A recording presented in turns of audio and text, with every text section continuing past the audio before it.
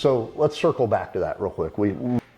On that note of the impact that the taxpayers see, is there anything else that breaking that cycle and getting people to stop coming back? Well, I mean, yeah. I mean, you can just see this whole thing as a waterfall, right? And so take this on out a little bit further and say, well, if we can keep people from coming back into the jail, the repeat, that allows us then to bring inmates in neighboring counties back to the jail. You don't say. And I'm just certain that it is costing us tens of thousands of dollars, probably daily, housing Vigo County inmates in neighboring jails. And it's crazy because that was the problem I had with the 1982 jail, which was by the courthouse, that we have a brand new jail and we're still farming people out. Right. We've got to figure this out. The taxpayers have had enough of the expense and the expense and the expense. And so, yes, there's another savings. It would allow us to stop paying the neighboring counties. Well, and something that there's underlying costs to that as well that people don't think about, right? Transporting inmates to these other counties, bringing them back for court dates, going and getting them for doctor's appointments and bringing them back. Sure. Things of that nature. And if you look at that, you think, okay, hey, that has a cost of fuel and somebody's time, right? But you've also got to look at the fleet. The sheriff's office has a sizable fleet. That's maintenance. That's wear and tear on a vehicle.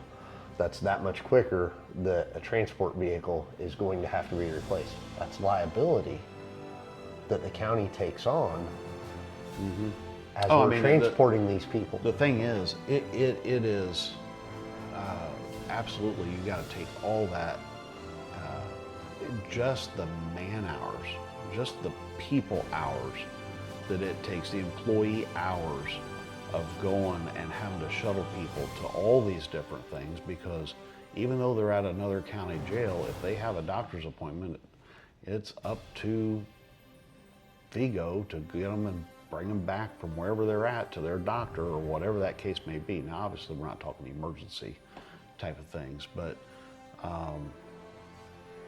you know, all that has to be figured in. Which any preventative care, which goes into another subject that we've thought about talking about, which is the care of inmates when they're in the custody of the sheriff, right? That one I think we need to save for another topic or another time to speak, just given the current situations. We were talking about the incarceration, the programming that we've got, and thinking outside the box to try to reduce our recidivism rate, right?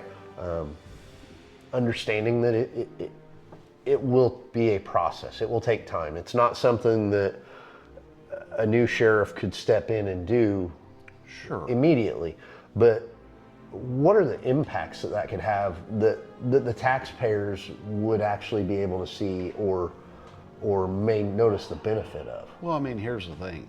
Although, as with any program, it takes time, and to see the immediate benefit, a little bit of patience is required. But not only are they not returning to jail, but then they're becoming productive citizens of Vigo County, and they are now have a career, they can support their family, they can buy a house, which then means they're going to be paying property taxes. So it actually compounds exponentially than just giving somebody the opportunity to start a career and not return to jail.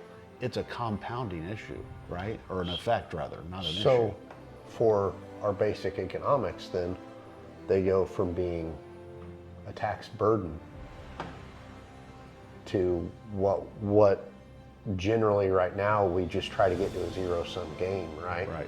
I hate to say game, but that's Right. what it is. Right now, that's what we try to get Keep to. them out of jail. Yeah, keep them out of jail. That's the zero part. That's it. That's a zero-sum game. Right. They're not costing the taxpayers. They're not coming back to jail, but they're not contributing. But yeah, now if we can put them on a career path instead where of they being, can take care of their family, they can support their children, they can buy a house, they have a Right. career, they look forward to, instead of looking down and having to go back to their old lifestyle of dope and drugs and whatever that is. Now you've got them being productive. right. So it goes from that zero sum to now A positive. a positive. A net positive. They are a contributing, productive member of society, right? They're participating in property taxes if they choose to buy a house, and hopefully they do, because Vigo County is a fantastic community to Absolutely. live in, raise a family in. My family's from here. I mean, our family's from here, yeah. Both sides. You're a little bit further on me than this one, as far as growing old in the just a little. community. But I hear it's a great community to grow old in. Is that right? Absolutely, yeah.